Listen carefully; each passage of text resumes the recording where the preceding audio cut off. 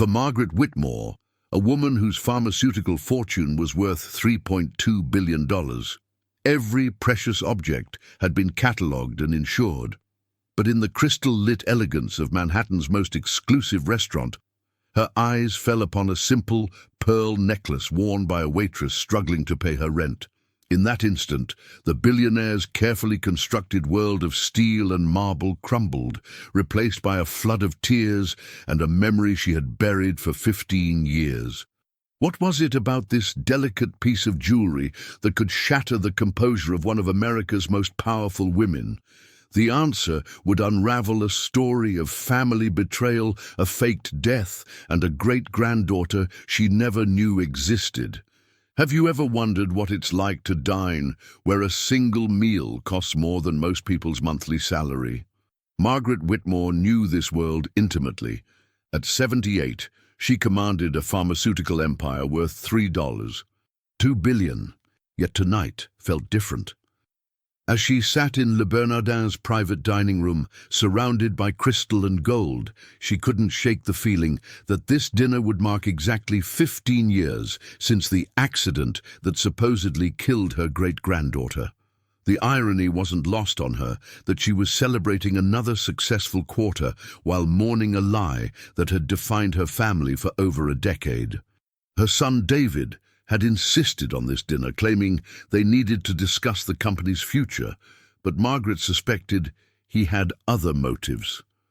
The weight of secrets had a way of making even the finest champagne taste bitter, and tonight the bubbles felt like they were mocking her with their effervescence.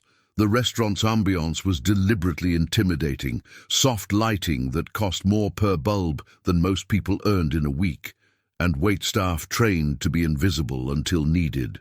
Margaret had built her fortune on reading people, on understanding the subtle dynamics of power, and she could sense the nervous energy radiating from her son across the mahogany table. David Whitmore, at 45, had inherited his father's ruthless business acumen, but lacked the moral compass that had once guided the family empire. He spoke of quarterly projections and market expansions, but his eyes kept darting to his phone, to his watch, to anywhere but his mother's penetrating gaze. Margaret had noticed the pattern. Every significant family dinner coincided with David's need to control the narrative, to manage her emotions before she could ask the questions that kept her awake at night. The pharmaceutical business had taught her that the most dangerous lies were the ones wrapped in just enough truth to seem believable. What David didn't know was that Margaret had been conducting her own investigation into Emma's death for the past 6 months. Emma, her brilliant great-granddaughter who had been poised to inherit the company, had supposedly died in a car accident 15 years ago. But the forensics report had inconsistencies that never sat right with Margaret's analytical mind. The police had closed the case quickly, citing driver error and poor weather conditions, but Margaret's private investigators had uncovered something disturbing: massive financial transfers from Emma's trust fund to offshore accounts, all authorized by David's signature just days before the accident. The timing was too convenient, the paperwork too clean, and the beneficiaries too anonymous. Emma had been asking uncomfortable questions about the company's drug pricing practices, threatening to take the business in a direction that would cost David millions in projected profits. Margaret had always wondered if her son was capable of such calculated evil, but the evidence was becoming harder to ignore with each passing month. As Margaret lifted her wineglass in a mock toast to family loyalty, she had no idea that across town a young waitress named Sophia was finishing her shift at a small diner, completely unaware that she was about to walk into the most exclusive restaurant in Manhattan. Sophia carried herself with a grace that seemed oddly familiar, wore a pearl necklace that gleamed with the kind of luster that only came from real gems, and had eyes that held the same fierce intelligence that had once burned in Emma Whitmore's gaze. The necklace had been her grandmother's dying gift, passed down with whispered words about finding your real family. and never letting them silence your truth. But Sofia Martinez had no idea that in less than an hour she would be standing face to face with the woman who had been searching for her for 15 long years, or that the accident that supposedly orphaned her was about to be exposed as the most elaborate cover-up in the Whitmore family's dark history. Sofia Martinez had walked into Le Bernardin through the service entrance, her worn sneakers silent against the marble floors as she made her way to the staff briefing room. She wasn't supposed to be here. Her usual shift was at Murphy's Diner across town, but the agency had called with an emergency request for an experienced server, and the pay was triple her normal rate. What they didn't tell her was that tonight's private dining room housed the Whitmore family, or that Margaret Whitmore had specifically requested additional staff after firing 3 servers earlier that week for asking too many questions about her great-granddaughter's death. Sofia tied her apron with practiced efficiency, checked her appearance in the mirror, and unconsciously touched the pearl necklace at her throat, a nervous habit she'd developed since her grandmother Rosa's deathbed confession 6 months ago. Rosa had whispered about a powerful family, about a staged accident, about how Sofia's real name wasn't Martinez, but something that could shake the foundations of the pharmaceutical world. The moment Sofia stepped into the private dining room carrying a silver water pitcher, Margaret Whitmore's champagne glass slipped from her fingers and shattered against the marble floor. The sound echoed through the opulent space like a gunshot, causing David to look up from his phone with irritation. But Margaret's attention was laser-focused on the young woman standing frozen by their table. The pearl necklace around Sofia's neck wasn't just similar to the one Emma had worn. It was identical, down to the unique Baroque pearl centerpiece that Margaret had personally selected from Mikimoto's exclusive collection 15 years ago. But it was Sofia's eyes that truly stopped Margaret's heart. They held the same defiant spark, the same intelligence, the same way of tilting her head when concentrating that had been Emma's signature trait since childhood. Margaret's hands began to tremble as memories flooded back. Emma at 8, insisting on reading the financial reports. Emma at 16, questioning why their AIDS medication cost $400 per pill. Emma at 22, threatening to expose the company's price-gouging schemes to the media. The facial structure was different, softened by years and perhaps subtle surgical alterations, but the soul behind those eyes was unmistakably her great-granddaughter's. David's reaction was immediate and telling. His face drained of all color as he stared at Sofia, his mouth opening and closing soundlessly like a fish gasping for air. He knocked over his own wine glass as he stood abruptly, his chair scraping against the floor with a harsh screech that made Sofia instinctively step back toward the door. "That's impossible," David whispered, his voice hoarse with terror. "She's dead. I made sure she was—" He caught himself before finishing the sentence, but the damage was already done. Margaret's eyes snapped to her son with a look of pure horror and rage, finally understanding the full scope of his betrayal. David had always been ambitious, but she'd never imagined he was capable of orchestrating his own niece's disappearance and creating an entirely new identity for her as a way to keep her silent and powerless. The offshore accounts, the mysterious beneficiaries, the quick police closure, it all made sense now. David hadn't just stolen Emma's inheritance. He had stolen Emma herself, hiding her in plain sight as a working-class waitress who would never be believed if she tried to reclaim her true identity. The pearl necklace wasn't just a family heirloom. It was Emma's desperate attempt to hold on to her real self while living a lie that David had constructed around her. Sofia's hand moved instinctively to her necklace as fragments of suppressed memories began surfacing.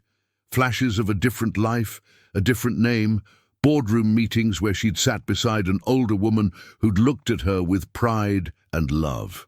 Her grandmother, Rosa's final words suddenly made perfect sense. "You are Emma Whitmore, and your great-grandmother Margaret is still alive, still searching for you. That necklace is your proof, Your key to reclaiming everything they stole from you." Sophia's voice, when she finally spoke, carried an authority that seemed to emerge from somewhere deep within her recovered identity. "Hello, great-grandmother," she said, her words cutting through the stunned silence like a blade. "I believe we have some unfinished business to discuss." Margaret's tears began flowing freely as 15 years of grief and guilt crashed over her, but they were tears of joy mixed with fury. Joy at finding Emma alive, and fury at discovering that her own son had been the architect of their family's greatest tragedy. David, realizing that his carefully constructed empire of lies was crumbling around him, reached for his phone with shaking hands, but it was already too late. Margaret had spent months preparing for this moment, and hotel security was already positioning themselves outside the private dining room, ready to ensure that this time Emma Whitmore would not disappear into the night. The silence in the private dining room stretched like a taut wire ready to snap, broken only by David's ragged breathing as he frantically scrolled through his phone, searching for an escape route that didn't exist. Margaret rose from her chair with the slow, deliberate movements of a predator who had finally cornered her prey, her eyes never leaving her son's face as years of suppressed suspicion crystallized into absolute certainty. 15 years, she said, her voice carrying the weight of a woman who had built an empire on precision and control. 15 years I mourned my great-granddaughter while you collected dividends from her trust fund. Emma, she refused to think of herself as Sophia anymore, stood perfectly still, but her mind was racing as fragmented memories clicked into place like pieces of a puzzle she'd been unconsciously solving her entire adult life. The car accident that had left her with amnesia, the kind social worker who had helped her build a new identity, the monthly payments that had mysteriously appeared in her bank account until she turned 18. All of it orchestrated by the man who was supposed to protect her. David's phone clattered to the floor as his hands shook uncontrollably, and when he looked up, his face was a mask of desperate calculation. "Mother, you don't understand the pressure I was under," he began, his voice taking on the smooth, manipulative tone that had served him well in boardrooms. "Emma was going to destroy everything Dad built, everything our family stands for." Margaret's laugh was sharp and bitter, cutting through David's pathetic attempt at justification like a scalpel through diseased tissue.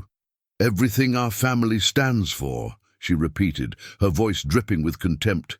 "We stand for healing, for using our resources to save lives, not for murdering young women who dare to question our methods." David's face flushed red as his carefully constructed facade crumbled, revealing the petty, greedy man beneath the expensive suits and polished manners. "She wasn't just questioning our methods, Mother," he snarled, abandoning all pretense of remorse. "She was threatening to give away billions in profits to turn our pharmaceutical company into some kind of charity." Emma stepped forward, her voice steady, despite the earthquake of emotions raging inside her, and when she spoke, it was with the authority of someone who had just remembered exactly who she was meant to be. "Those billions came from people who couldn't afford their insulin, their cancer treatments, their HIV medication," she said, her words hitting David like physical blows. "I was threatening to make medicine accessible, not profitable." The irony wasn't lost on any of them. The man who had tried to silence his niece for being too compassionate had created the perfect weapon against himself by keeping her alive. Margaret's private investigators hadn't just uncovered David's financial crimes. They had also documented every instance where the company had chosen profits over patients, every decision where David had prioritized shareholder returns over human suffering. David's desperation reached a fever pitch as he realized that his mother's tears weren't signs of weakness but of rage, barely contained beneath her composed exterior. "You can't prove anything," he said, backing toward the door, but his voice cracked with the knowledge that he was lying to himself as much as to them. Margaret smiled, a cold, calculating expression that would have terrified anyone who knew her well enough to recognize it. "Oh, but I can," she said, pulling out her own phone with steady hands. "Harrison, are you recording this?" "Perfect. I think we have everything we need." David's face went ashen as he realized that Margaret's head of security had been listening to every word of their conversation, that his confession had been captured not just by the room's hidden cameras, but by the digital surveillance system that Margaret had quietly installed throughout the hotel. Emma felt a surge of pride as she watched her great-grandmother systematically dismantle the man who had stolen 15 years of their lives together, but it was tempered by a profound sadness for the relationship that could never be recovered. The young woman who had died in that staged car accident had been full of idealism and hope. The woman standing in this room had been forged by years of hardship, of wondering why she felt so disconnected from her fabricated identity, of dreams that felt like memories of a life she'd never lived. Margaret seemed to read her thoughts, crossing the room to take Emma's hands in her own, and when she spoke, her voice was soft with the weight of all the conversations they'd never had. "We can't get back the time we lost," she said, her eyes bright with unshed tears, "but we can make sure that David pays for every day he stole from us, and we can honor your original vision by transforming this company into everything you dreamed it could be." As hotel security entered the room with quiet efficiency, David made one final, desperate attempt to maintain control, lunging toward Emma with the wild look of a man who had nothing left to lose. "If I can't have the company, then neither can she," he screamed, his hands reaching for the pearl necklace that had become the symbol of everything he'd tried to destroy. But Emma was no longer the sheltered young woman he'd targeted 15 years ago. She was someone who had survived poverty, uncertainty, and the constant feeling of living someone else's life. She sidestepped his attack with fluid grace, and her voice, when she spoke, carried the quiet authority of someone who had finally found her true self. "The company was never yours to take, Uncle David," she said, using the familial title like a weapon. "And neither was I." Margaret watched with fierce pride as the great-granddaughter she'd mourned for 15 years faced down the man who had tried to erase her from existence. And she knew that Emma hadn't just survived David's machinations, she had been transformed by them into someone stronger than the idealistic young woman she'd once been. The pearl necklace caught the light as Emma stood tall, no longer a waitress pretending to be someone she wasn't, but Emma Whitmore, heiress to a pharmaceutical empire, ready to fulfill the destiny that David had tried so hard to prevent.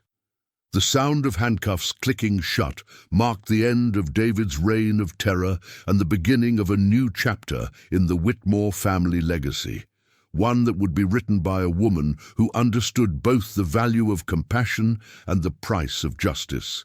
As David was led away in handcuffs, his final words sent a chill through the elegant dining room. "You think I acted alone? You think this empire was built by one person's greed?" His manic laughter echoed off the marble walls as hotel security dragged him toward the exit, but his eyes remained locked on Margaret with the triumphant gleam of a man who still held cards he hadn't played. Emma felt her blood run cold as she realized that David's capture might be just the tip of the iceberg, that the conspiracy that had stolen her life could extend far beyond one ambitious uncle. Margaret's face had gone pale, not from shock, but from recognition. She knew that look in David's eyes, had seen it in boardroom battles where opponents revealed they had backup plans that could destroy everything. Harrison's voice crackled through Margaret's earpiece with urgent news that confirmed their worst fears. "Mrs. Whitmore, we've got a problem. David's been making encrypted calls to someone identified only as the architect for the past 6 months. Financial records show payments to at least 12 different operatives, including the social worker who handled Emma's new identity." The scope of the conspiracy was staggering. This wasn't just about one man's greed, but about a sophisticated network that had been systematically targeting pharmaceutical companies, staging deaths and disappearances to manipulate inheritance patterns and stock prices.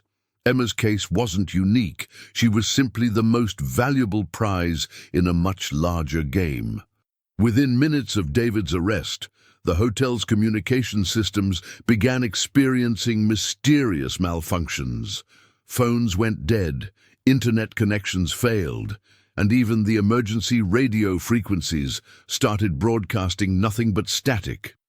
Emma recognized the coordinated precision of the attack and realized that whoever had helped David orchestrate her disappearance 15 years ago was now trying to prevent the truth from spreading beyond these walls. Margaret's military training from her younger years kicked in as she quickly assessed their tactical situation. They were trapped in a luxury hotel that had suddenly become a fortress, cut off from the outside world by an enemy who had been planning this contingency for over a decade. "They're not just trying to silence us," Margaret said, her voice grim with understanding. "They're preparing to make us disappear permanently, just like they did to Emma." The hotel's staff began acting strangely. Servers who had been friendly and professional now moved with military precision, their eyes cold and calculating as they positioned themselves at strategic points throughout the building. Emma felt a surge of déjà vu as she realized that her staged car accident 15 years ago had probably started with a similar setup. Trusted people revealing themselves as enemies, escape routes systematically blocked, and the illusion of safety dissolving into mortal danger. Margaret pulled a small device from her purse, a military-grade communications scrambler that she'd carried for decades as protection against corporate espionage, and activated it with the practiced efficiency of someone who had survived more boardroom battles than most generals had fought wars. The scrambler's activation triggered an immediate response from their hidden enemies. Within seconds, armed figures in hotel uniforms burst through the dining room service entrances, their movements coordinated with military precision. But Margaret had one advantage that David's co-conspirators hadn't counted on. She had spent the past 6 months not just investigating Emma's disappearance, but preparing for exactly this scenario.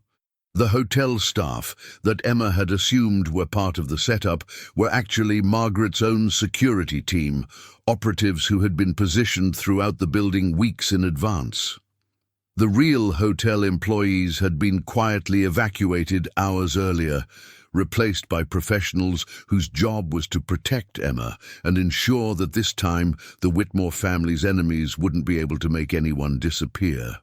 Emma watched in amazement as her great-grandmother transformed from a grieving elderly woman into a strategic mastermind, coordinating defensive positions and extraction protocols with the calm efficiency of someone who had been planning this confrontation for months. "You see, my dear," Margaret said, her voice steady despite the chaos erupting around them, "I learned 15 years ago never to trust anyone completely. And I've spent every day since then making sure that if they came for you again, I would be ready." Nlai. The pearl necklace around Emma's neck caught the light as she realized that it wasn't just a family heirloom. It was also a tracking device, a beacon that had allowed Margaret to monitor her location and safety without her knowledge, ensuring that this time Emma Whitmore would not vanish into the night. As the sound of sirens finally broke through the communication blackout, Emma understood that the real battle was just beginning. The architect, whoever they were, had been operating this conspiracy for decades, and David's capture had only forced them to reveal the true scope of their organization. Margaret's security team had successfully protected them from immediate danger, but the encrypted files Harrison had recovered from David's phone revealed a network that reached into government agencies, medical institutions, and financial organizations across multiple countries.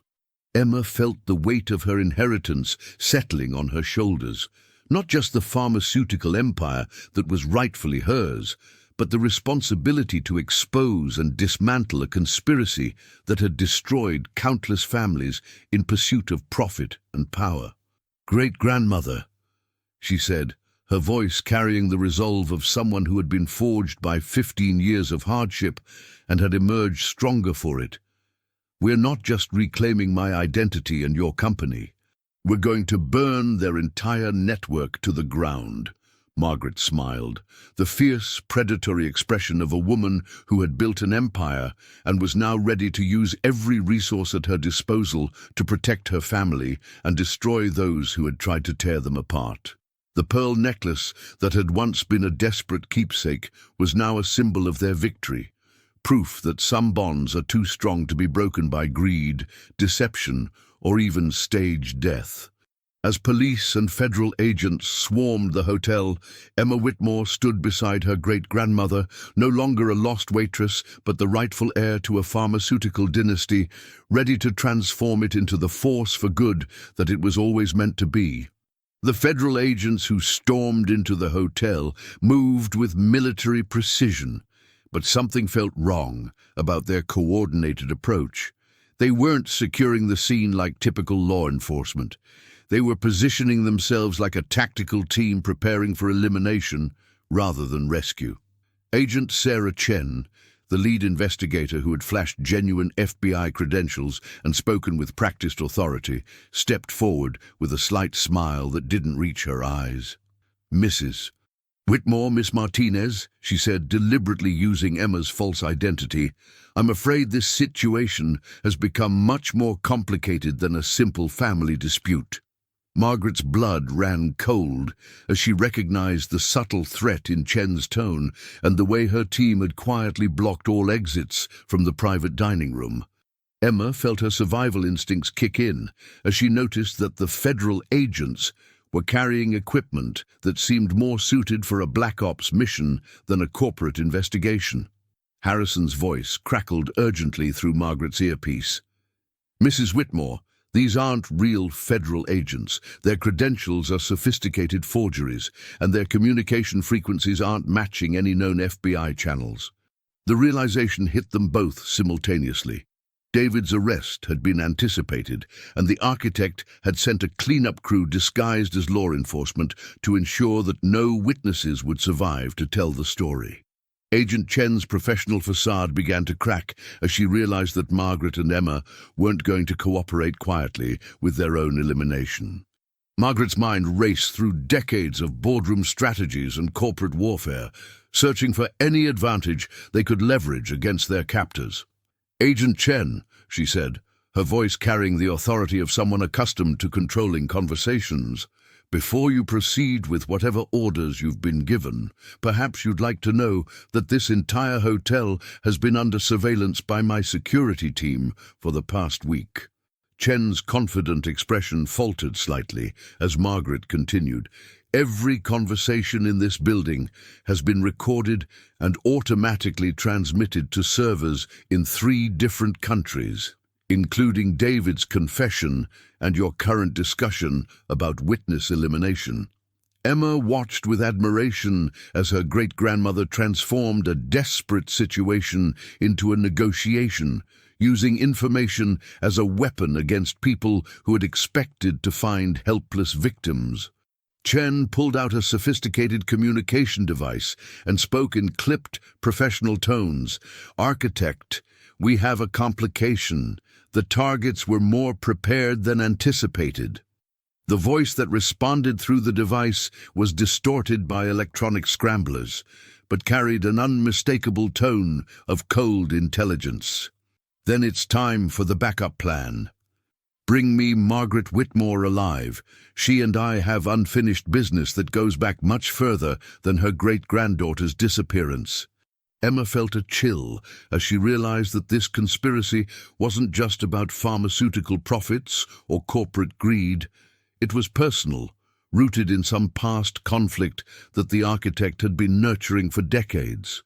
Chen's team began implementing what was clearly a well-rehearsed extraction protocol, but their movements were interrupted by the sound of Emma's pearl necklace hitting the marble floor with a delicate chime. As Chen bent to retrieve what she assumed was simply a piece of jewelry that had been knocked loose during the confrontation, Emma smiled with grim satisfaction. "You might want to be careful with that," Emma said, her voice carrying newfound confidence. It's not just a family heirloom, it's also a very sophisticated tracking and communication device.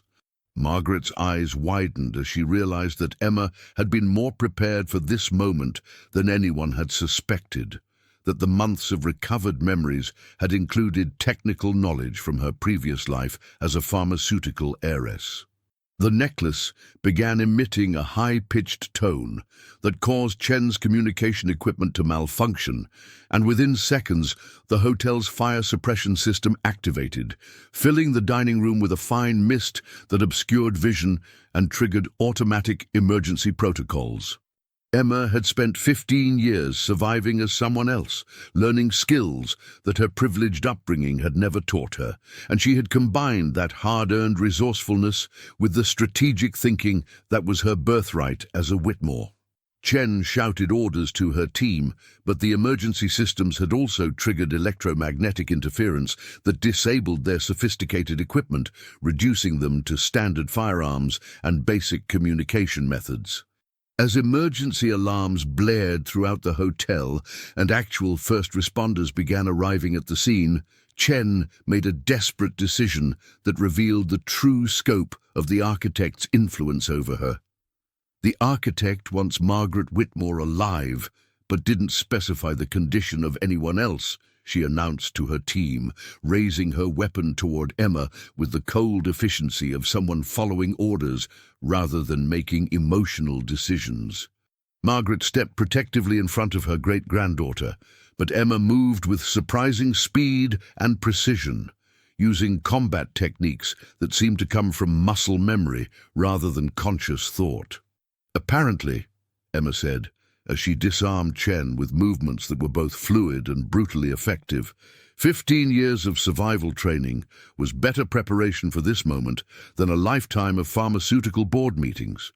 Margaret stared at her great-granddaughter with a mixture of pride and amazement, realizing that the young woman who had been taken from their family had been transformed by her experiences into someone far more formidable than the idealistic heiress who had disappeared. Chen, now weaponless but still defiant, smiled with the confidence of someone who knew that this victory was temporary. "You can't run from the architect forever, Margaret. This conspiracy reaches into every level of government, every major corporation, and every family that's ever profited from human suffering." Emma kept Chen's weapon trained on the fake federal agents while speaking into the communication device that had fallen during the struggle. "Architect, this is Emma Whitmore. If you want to continue this conversation, you'll need to come out of hiding and face us directly, because your cleanup crew just failed spectacularly." The silence that followed was broken only by the sound of real emergency responders entering the hotel. But Emma knew that the architect's response would come soon.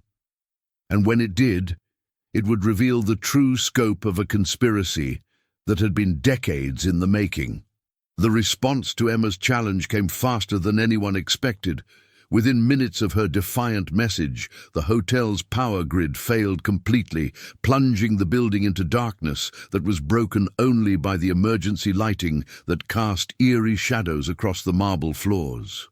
Margaret's security team reported through their backup communication systems that unmarked vehicles had surrounded the hotel, their occupants moving with military precision to establish a perimeter that trapped everyone inside.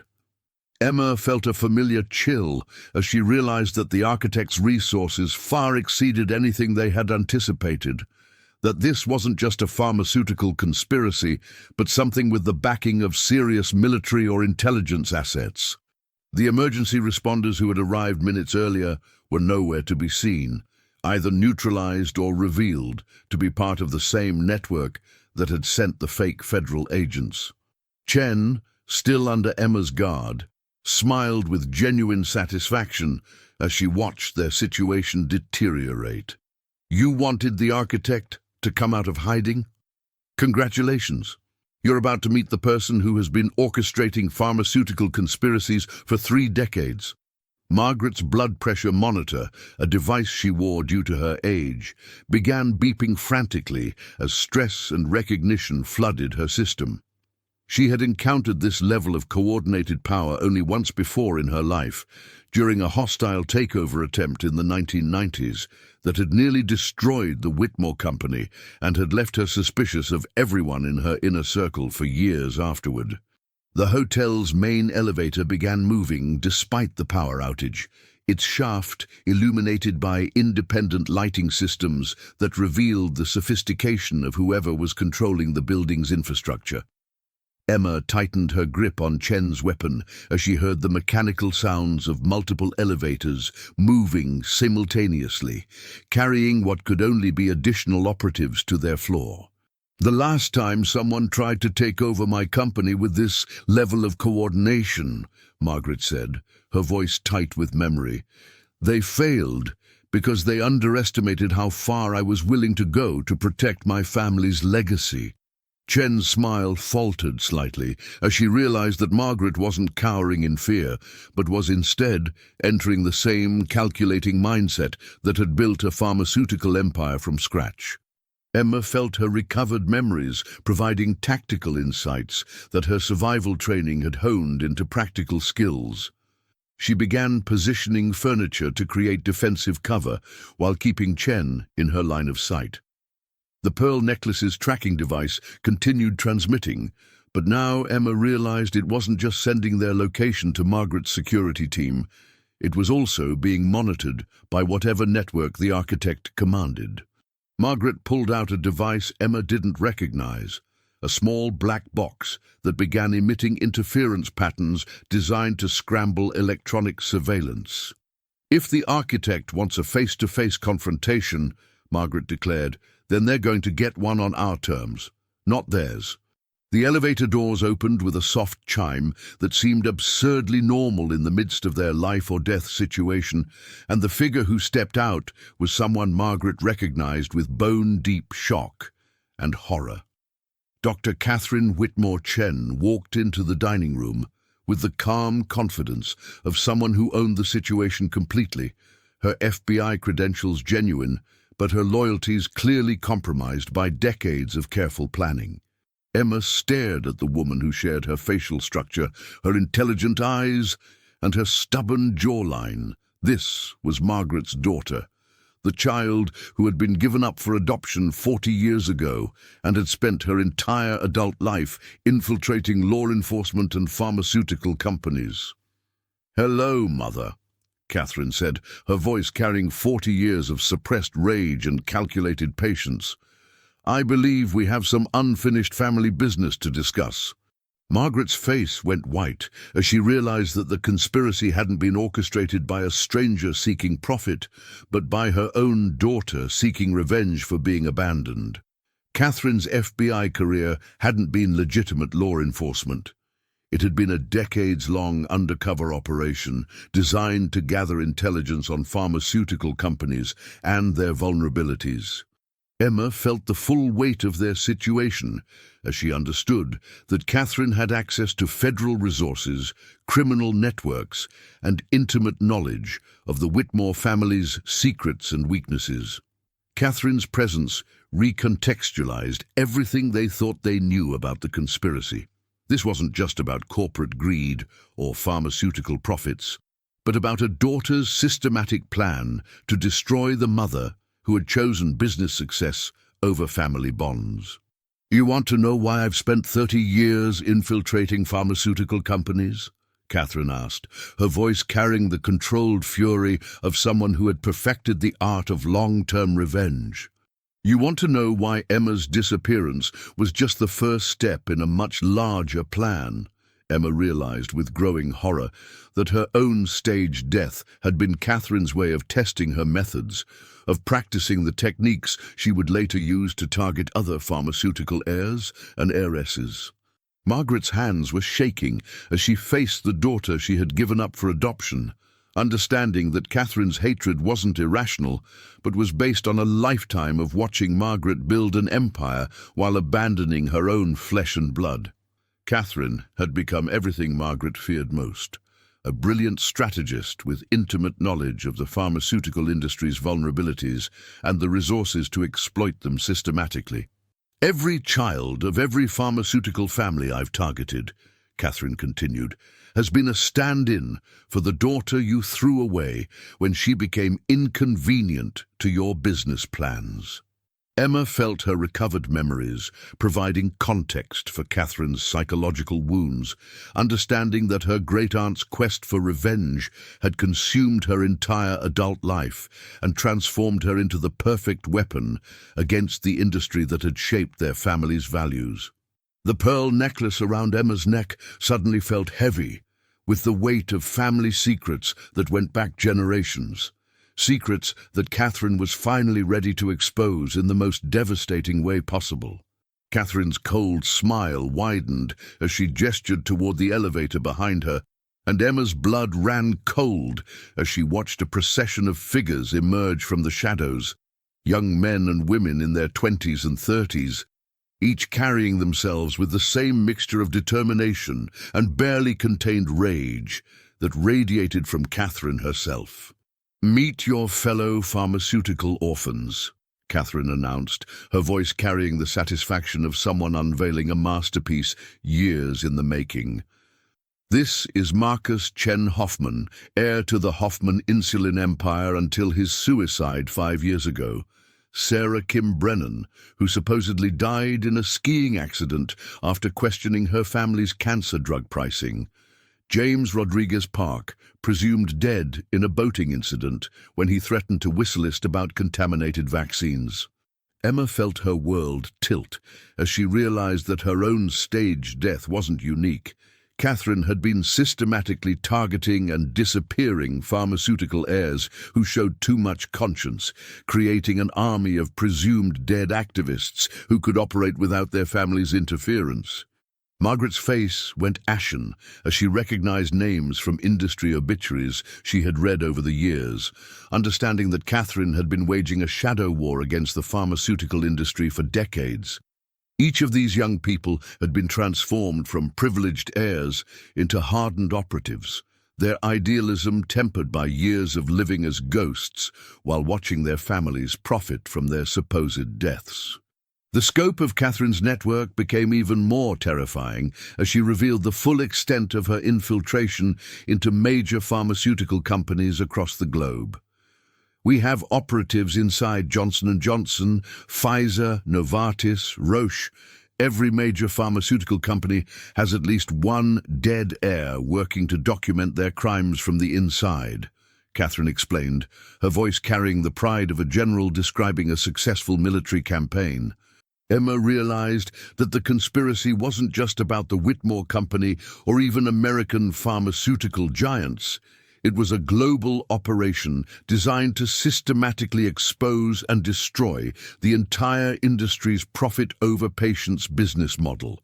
Marcus stepped forward, his face bearing scars that suggested his suicide had been made to look very convincing.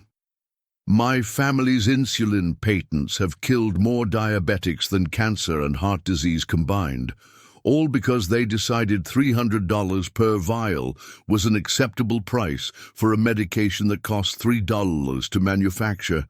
Sarah's eyes held the hollow look of someone who had watched too many people die preventable deaths. "My mother's cancer research division has been sitting on breakthrough treatments for 3 years because releasing them would cannibalize profits from their current chemotherapy drugs."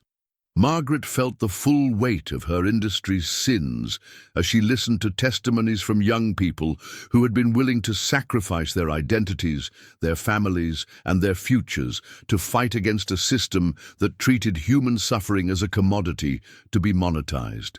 Catherine's revelation of her network's true capabilities sent chills through both Margaret and Emma as they realized they weren't just facing a revenge plot. They were confronting a sophisticated intelligence operation with resources that rivaled government agencies. Every pharmaceutical CEO who has died of natural causes in the past decade, every board member who suffered a convenient heart attack during crucial votes, every FDA official who experienced an unfortunate accident while considering drug approvals. We've been systematically removing obstacles to reform for 15 years, Catherine said, her matter-of-fact tone making her admission even more chilling. Emma understood that Catherine's network hadn't just been gathering evidence. They had been eliminating people who stood in the way of their vision of pharmaceutical justice, crossing lines that separated activism from terrorism. The pearl necklace around Emma's neck suddenly felt like a target rather than a symbol of hope, as she realized that Catherine's operatives could have killed her at any time during the past 15 years, but had kept her alive for this specific confrontation. Margaret's medical device monitoring systems were going haywire as her stress levels spiked beyond safe parameters. But she forced herself to remain standing and coherent as she faced the daughter who had become everything she feared most. James stepped closer, his voice carrying the conviction of someone who had spent years perfecting his rage. "Your great-granddaughter was supposed to be our crowning achievement, Mrs. Whitmore, the heiress who would voluntarily expose her own family's crimes and transform the Whitmore empire into a model for ethical pharmaceutical practice." The psychological manipulation that had shaped Emma's 15 years of exile became clear as Catherine revealed the true purpose behind her staged death and forced amnesia. "We didn't just make you disappear, Emma. We crafted your entire experience to turn you into the perfect weapon against your own family's legacy," Catherine explained, her clinical tone making the revelation even more disturbing. "Every hardship you faced, every moment of poverty and struggle, every patient you watched suffer because they couldn't afford medication, it was all designed to build your empathy and strengthen your resolve to reform the pharmaceutical industry from within." Emma felt a mixture of rage and admiration as she understood that her 15 years of survival hadn't been random chance, but carefully orchestrated character development, that Catherine had been monitoring and subtly guiding her experiences to create the ideal pharmaceutical reform advocate. Margaret realized that Catherine's plan was more sophisticated than simple revenge. She had been attempting to redeem the Whitmore family legacy by transforming Emma into someone who would voluntarily dismantle the profit-driven aspects of their business empire. The other operatives watched Emma with expectation and hope, understanding that her decision in this moment would determine whether Catherine's decades of planning would culminate in triumph or failure. Catherine's voice softened slightly as she addressed Emma directly. "You can choose to be Margaret Whitmore's great-granddaughter, inheriting a legacy of exploitation and greed, or you can choose to be Emma Martinez, the woman who survived 15 years of the system's failures and came back to fix them." Nay. The pearl necklace caught the emergency lighting as Emma realized that her next words would either condemn or redeem not just her family, but an entire industry that had lost its way in pursuit of profit over patients. Emma's silence stretched through the emergency-lit dining room as she weighed Catherine's ultimatum, but her response came from a place of hard-earned wisdom that 15 years of survival had taught her. "You're asking me to choose between two forms of corruption, the corruption of greed and the corruption of vigilante justice." Catherine's confident expression faltered as Emma continued. "You've become everything you claim to fight against, Aunt Catherine. You manipulate, you murder, you control people's lives without their consent. The only difference between you and the pharmaceutical executives you've killed is that you've convinced yourself your motives are pure." Margaret watched with fierce pride as her great-granddaughter demonstrated the moral clarity that had made her a threat to David's vision of the company, but also the pragmatic intelligence that could navigate the complex ethical landscape Catherine had created. Marcus stepped forward, his scarred face tightening with anger. "You don't understand the scope of what we're fighting, Emma. Your family's insulin patents alone have killed thousands of diabetics who couldn't afford their medication." Emma's voice remained steady as she responded, "And your solution is to kill the executives and replace them with yourselves. How does that change the fundamental system that created the problem in the first place?" The other operatives began shifting uncomfortably as Emma's words forced them to confront the contradictions in their mission, the way Catherine's quest for justice had transformed them into the very type of people they had originally set out to stop. Catherine's mask of maternal concern finally slipped completely, revealing the calculating strategist who had spent decades perfecting the art of psychological manipulation. "You think legal reform will work?" she laughed, the sound bitter and hollow in the opulent dining room. "Your great-grandmother has had 78 years to use her wealth and influence to make pharmaceuticals affordable and accessible. How many patients died while she chose profits over people?" Margaret felt the accusation hit like a physical blow because Catherine wasn't entirely wrong. The Whitmore Company had indeed prioritized shareholder returns over patient welfare under her leadership, and she had rationalized those decisions by telling herself she was protecting jobs and funding research. Emma turned to Margaret, her eyes holding a mixture of love and disappointment. "She's right, great-grandmother. We've had the power to change the system from within for decades, and we chose not to. Catherine's methods are wrong, but her anger is justified." The admission created a moment of profound silence as Margaret faced the truth about her life's work, that her pharmaceutical empire had indeed contributed to a system that treated human suffering as a profit center.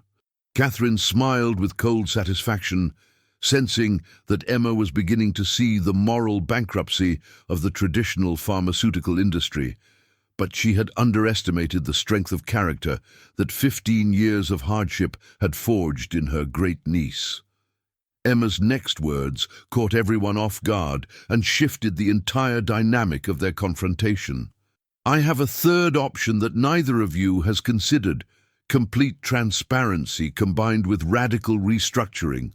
She pulled out a device that Catherine hadn't noticed during their standoff, a digital recorder that had been capturing everything that had been said in the dining room for the past hour.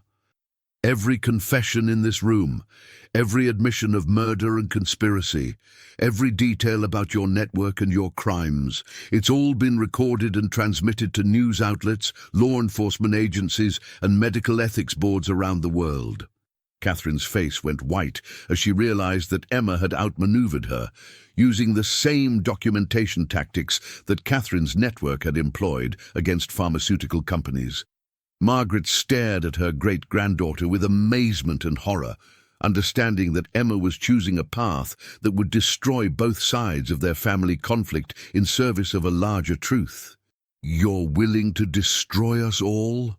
Catherine whispered, her voice showing genuine shock for the first time since her arrival. Emma's response revealed the full scope of her transformation from privileged heiress to pragmatic reformer. "I'm willing to sacrifice our family's reputation and wealth to create a pharmaceutical system that actually serves patients instead of exploiting them." Meet.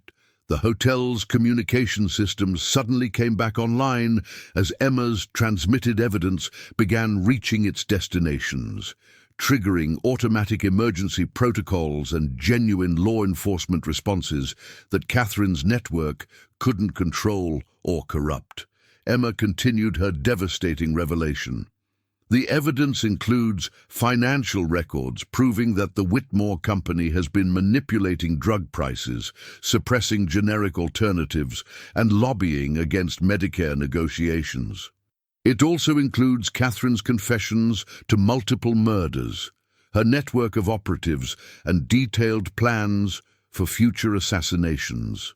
Margaret felt her legs give way as she sank into a chair, understanding that Emma had chosen to destroy the Whitmore pharmaceutical empire in order to save it from corruption on both sides. Catherine's operatives began backing toward the exits as they realized that their carefully constructed secret identities were about to be exposed to international law enforcement agencies. "You don't understand what you've done," Catherine said, her voice now carrying desperation instead of confidence. "Without our network monitoring the pharmaceutical industry, the corruption will get worse, not better." Emma's voice held the conviction of someone who had found her true purpose. Then we'll build legitimate oversight systems, staffed by people who aren't motivated by revenge or profit. We'll create transparency laws that make it impossible for pharmaceutical companies to hide their research, their costs, and their pricing decisions from public scrutiny. D. The sound of real sirens approaching the hotel signaled that Emma's gambit had worked. She had forced both sides of the pharmaceutical conflict into the light, where their actions could be judged by legitimate legal and ethical standards, rather than settled through corporate boardrooms or vigilante justice. The weight of Emma's revelations settled over the hotel like a suffocating blanket as the reality of their exposed positions became clear to everyone in the room. Catherine's operatives began disappearing into the shadows with the practiced efficiency of people who had spent years preparing for exactly this scenario. But Catherine herself remained frozen in place, staring at her great niece with a mixture of admiration and horror. "You've destroyed everything I've worked for," Catherine said, her voice hollow with the realization that 30 years of careful planning had been undone by someone she had trained to think exactly like her. Margaret struggled to her feet, her medical monitoring devices still beeping frantically, but her voice was steady as she addressed both women. "No, Catherine, Emma has saved us from destroying ourselves." The sound of genuine law enforcement vehicles surrounding the hotel created a stark contrast to the fake federal response from earlier, and everyone in the room understood that this time there would be no convenient cover-ups or manipulated investigations. Emma held her great-grandmother's gaze as she spoke the words that would define their family's future. The Whitmore Pharmaceutical Company will voluntarily surrender its patents on life-saving medications, establish a patient advocacy board with veto power over pricing decisions, and submit to independent oversight of all research and development programs. Catherine laughed bitterly as she realized that Emma had accomplished more reform in one evening than her network had achieved through decades of murder and manipulation. Margaret's response to Emma's declaration shocked everyone in the room, including Emma herself, as the elderly pharmaceutical heiress removed her pearl earrings and placed them on the table with quiet dignity. "I hereby resign as CEO and chairman of the board of Whitmore Pharmaceuticals," Margaret announced, her voice carrying the weight of 7 decades of business decisions she could no longer justify. "Emma, you are the rightful heir to this company, and you have already shown more moral courage in one evening than I've demonstrated in my entire career." Catherine's mask of cold control finally cracked completely as she watched her mother voluntarily surrender the power and wealth that had defined their family's dysfunction for generations. Emma felt the full magnitude of what was happening. She wasn't just inheriting a pharmaceutical company, she was accepting responsibility for transforming an entire industry that had lost its way in pursuit of profit over patients. Margaret's medical devices continued their urgent warnings, but she ignored them as she focused on the 2 women who represented different paths for the family's future. Catherine's voice was barely a whisper as she asked the question that had haunted her for 40 years. "Why couldn't you have chosen family over business when I was the one who needed you?" Margaret's tears came freely as she finally spoke the truth she had been avoiding for decades. "Because I was terrified of being vulnerable, of admitting that I didn't know how to be a mother and a business leader at the same time." Nerd, the hotel's main lobby began filling with legitimate federal agents, international pharmaceutical regulators, and investigative journalists as Emma's evidence reached its intended destinations. But the real confrontation was happening in the private dining room, where 3 generations of Whitmore women faced the consequences of their choices. Catherine pulled out her service weapon, but instead of pointing it at Emma or Margaret, she placed it on the table next to Margaret's earrings in a gesture of surrender that surprised everyone in the room. "My network will scatter to the winds within hours," Catherine said, her voice carrying the exhaustion of someone who had finally reached the end of a very long road. "Some of them will disappear completely, others will try to continue the mission without me, but the systematic approach we've used for 30 years is finished." Emma realized that Catherine's surrender wasn't just about accepting defeat, it was about finally letting go of the rage that had consumed her adult life and defined her identity as the architect. Margaret stepped toward her daughter with trembling hands, understanding that this might be their only chance to bridge 40 years of separation and resentment. "Catherine," she said, her voice breaking with emotion, "I can't undo the choice I made when you were born, but I can choose to be your mother now, if you'll let me." The pharmaceutical heiress who had built an empire on calculated decisions was finally making a choice based purely on love and the hope for redemption. Catherine's response to Margaret's offer revealed the depth of psychological wounds that had driven her 3-decade campaign against the pharmaceutical industry. "You want to be my mother now? After I've spent my entire adult life becoming a killer? After I've destroyed dozens of lives in pursuit of revenge against you?" Emma stepped between the two women, her voice carrying the authority of someone who had survived 15 years of Catherine's manipulation and emerged with her moral compass intact. "The question isn't whether you can undo what you've done, Aunt Catherine. The question is whether you're willing to help us build something better from the wreckage of what we've all destroyed tonight." Margaret's medical monitoring systems finally triggered an emergency alert as her stress levels reached dangerous parameters, but she waved away Emma's concern as she focused on Catherine's face. "I'm willing to spend whatever time I have left trying to be the mother I should have been 40 years ago," Margaret said, her voice steady despite the chaos of alarms around her. "But I need you to be willing to stop being the architect and start being my daughter." Catherine's hands shook as she reached for the pearl necklace around Emma's neck, not to take it, but to touch the symbol of family connection that had started this entire confrontation. "I don't know how to be anyone other than the architect," Catherine admitted, her voice vulnerable for the first time in decades.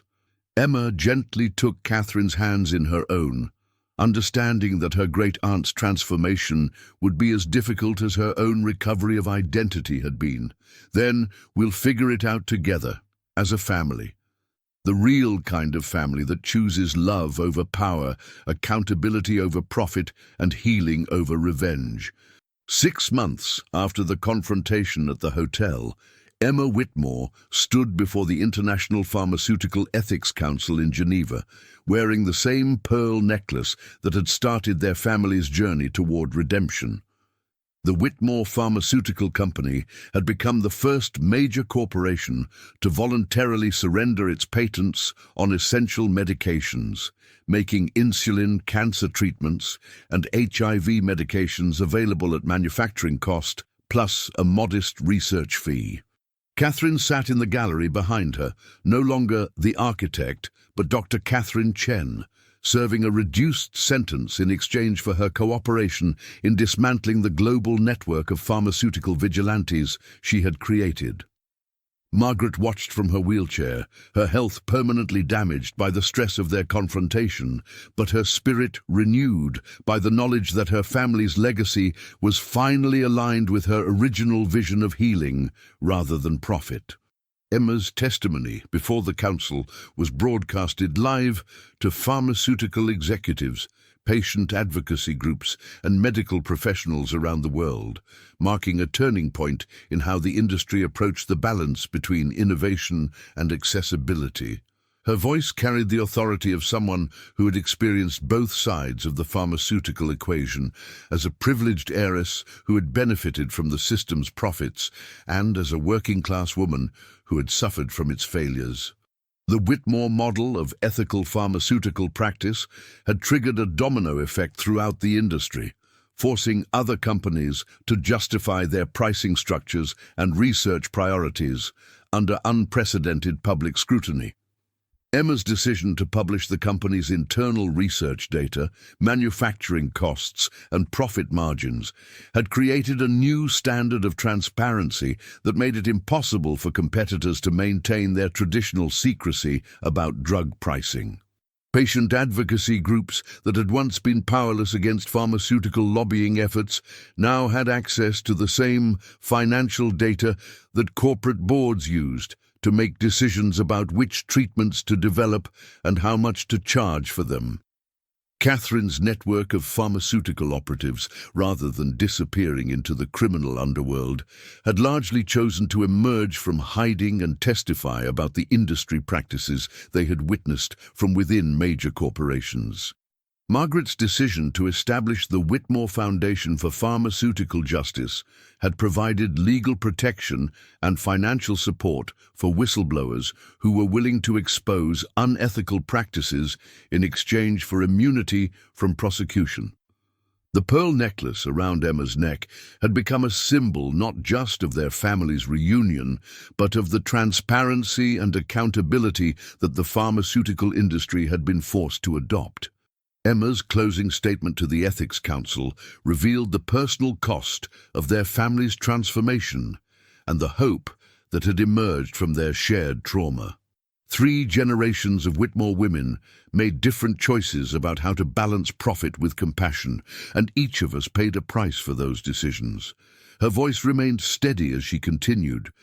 My great-grandmother chose business success over family bonds and spent 40 years regretting the daughter she abandoned.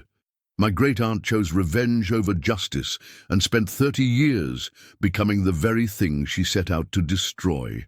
I chose truth over loyalty and spent 6 months watching our family's reputation and wealth dissolve in service of a principle that seemed more important than our personal happiness.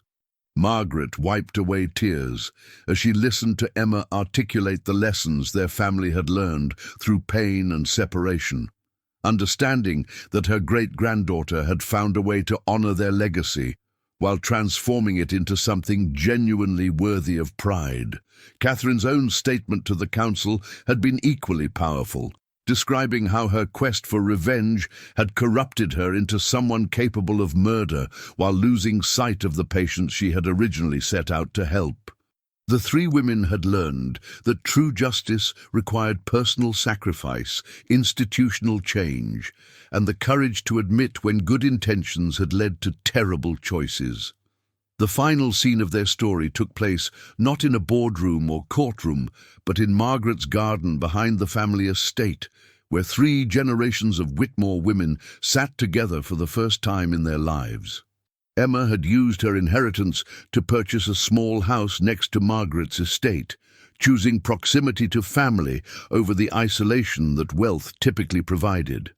Catherine, when she completed her reduced sentence, would join them in a life dedicated to legitimate pharmaceutical reform through legal advocacy rather than vigilante justice. The pearl necklace lay on the garden table between them, no longer a symbol of loss or separation, but a reminder that some bonds transcend time, trauma, and even death. Margaret's voice was weak, but filled with contentment as she spoke the words that defined their family's new legacy. We can't undo the harm we've caused, but we can spend whatever time we have left making sure it doesn't happen again. Emma picked up the necklace and fastened it around Margaret's neck, understanding that it belonged with the woman who had always carried the greatest burden of their family's choices. Catherine reached out to touch both women's hands, her voice soft with the vulnerability of someone learning to live without the armor of anger. I spent 40 years hating you for abandoning me, Mother, but I realize now that you were just as lost as I was. And the pharmaceutical industry continued to evolve in response to the Whitmore model, with patient welfare slowly beginning to take precedence over shareholder profits. But the real transformation had occurred within a family that had chosen love and accountability over power and revenge. The pearl necklace caught the afternoon sunlight as 3 women, who had been separated by pride, ambition, and pain, finally found their way home to each other through the most difficult path possible, the path of absolute truth.